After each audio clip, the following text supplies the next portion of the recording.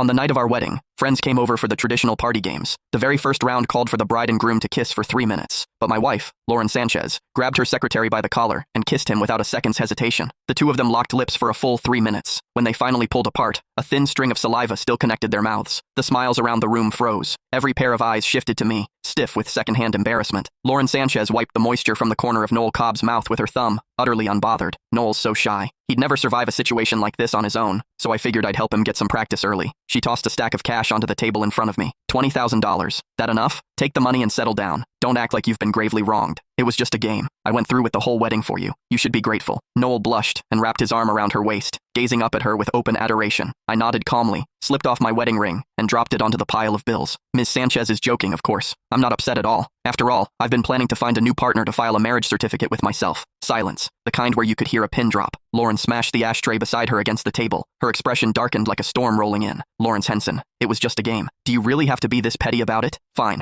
Here's another 10,000. Take back what you just said and stop ruining the mood for everyone. She spoke as though scolding a child who didn't know any better. Looking at that face, the one that once made my heart race, all I felt now was revulsion. I think I made myself perfectly clear. We never filed the paperwork anyway. We're done. Oh, and consider tonight's wedding my gift to you, Ms. Sanchez. A little practice run for the real thing. No need to thank me. The temperature in the room plummeted. Noel suddenly hooked his arm through mine, all smiles. Lawrence, don't be mad. Lauren was just worried I wouldn't know what to do at my own wedding someday. She was giving me a head start, that's all. Tell you what, for the next game, I'll let you have the groom's spot. I frowned. That word, let, cut deeper than any insult. Before I could agree or refuse, Noel was already reaching into the game box. He pulled out a slip of paper and read it aloud. The groom must kneel before the bride and bark like a dog 10 times to demonstrate his absolute loyalty to his wife. The others exchanged uneasy glances and began whispering among themselves. Didn't we agree not to put anything degrading in there? Who wrote this? Not me. Me neither. Noel shot them a reproachful look. What are you all going on about? You think it's degrading, but maybe Lawrence here would consider it a reward. After all, a kept man like him, a pretty face living off a woman's money, loves groveling to keep his meal ticket happy. He let out a theatrical sigh. Me? I could never. Too much self-respect. He turned to me, a taunting grin spreading across his face. Lawrence, didn't you want to play games with Lauren? Then go ahead and bark. Who knows, maybe she'll be so pleased she'll toss you another 20 grand. Opportunity of a lifetime. Lauren heard every word. She didn't react. My gaze drifted past her to the crimson wedding quilt beneath her, the one I'd chosen with such care. I hadn't even sat on it yet, but their kiss had already creased and rumpled it. Tradition held that the newlyweds should be the first to sit on the wedding quilt, a symbol of a happy marriage. Just days ago, I'd been looking forward to this night. I'd imagined Lauren and me sitting on that quilt together, planning a future full of promise. Now there was no need for any of that. I shoved Noel's arm away, cold and unhurried, and let a mocking smile settle on my lips. Mr. Cobb, you're too modest. The way you were flapping that tongue of yours just now, you've got any dog beat when it comes to licking. Doesn't look like you need the practice at all. You're so good at playing the lapdog. Why don't you bark a few times so I can learn from the best? I'd